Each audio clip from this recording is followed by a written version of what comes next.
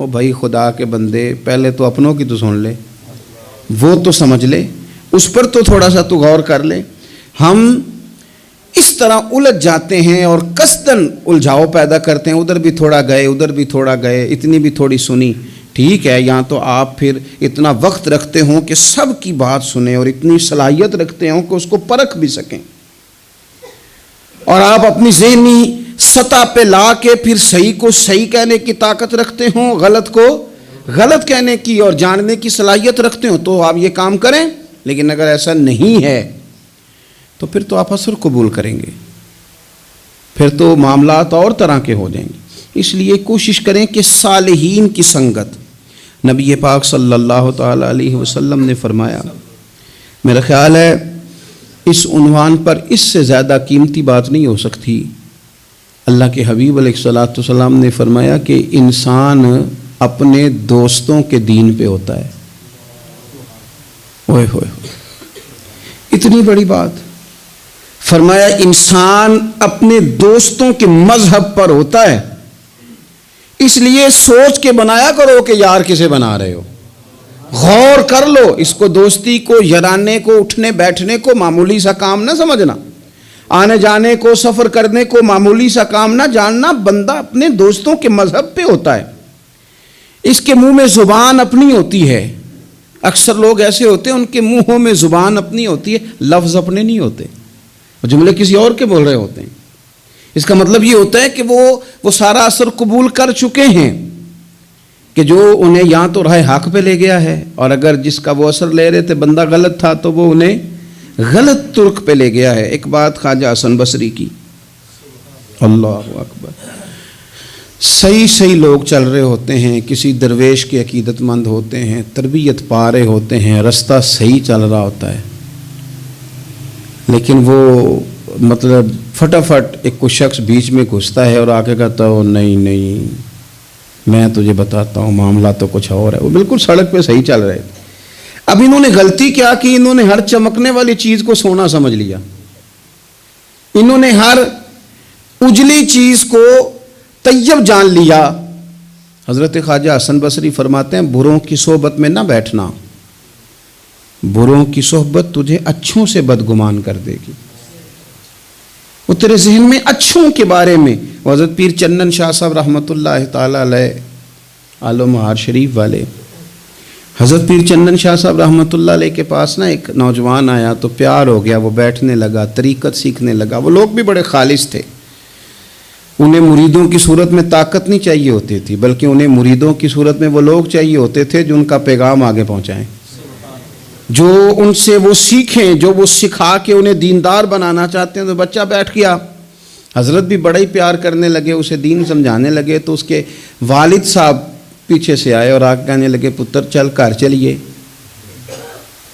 کہنے لگے، جی ابا جی ہوں میں تے نہیں جانا، میں تے اتھی رہنا ہے۔ کہنے لگا، پتر چل میں بڑے پیر ویکھے نے۔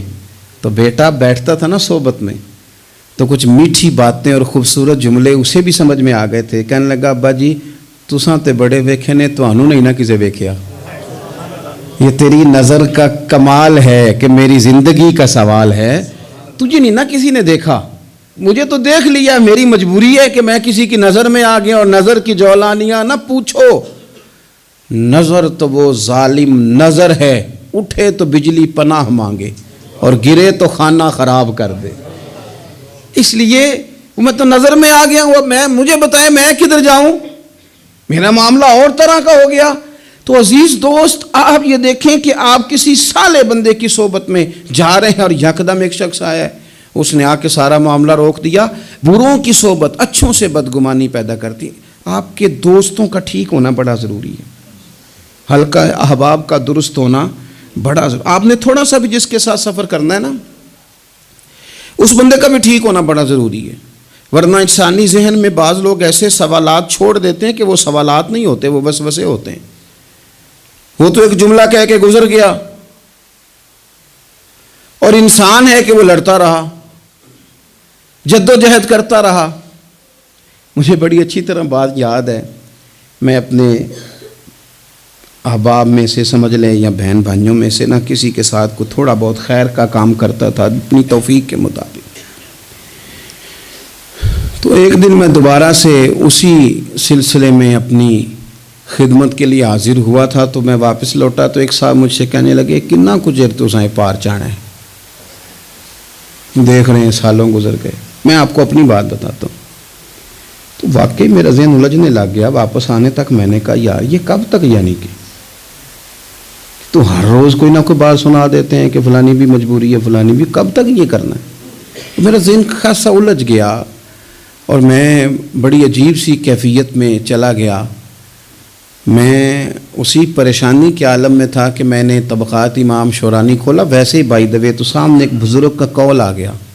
وہ کہنے لگے یاد رکھنا بندے بندوں کے محتاج نہیں، بندے رب کے محتاج ہیں، اور اگر کوئی بندہ کسی کا بھلا کرتا ہے نا تو بس اللہ نے اس کی ڈیوٹی لگائی ہے، باقی دے اللہ ہی راہ ہے۔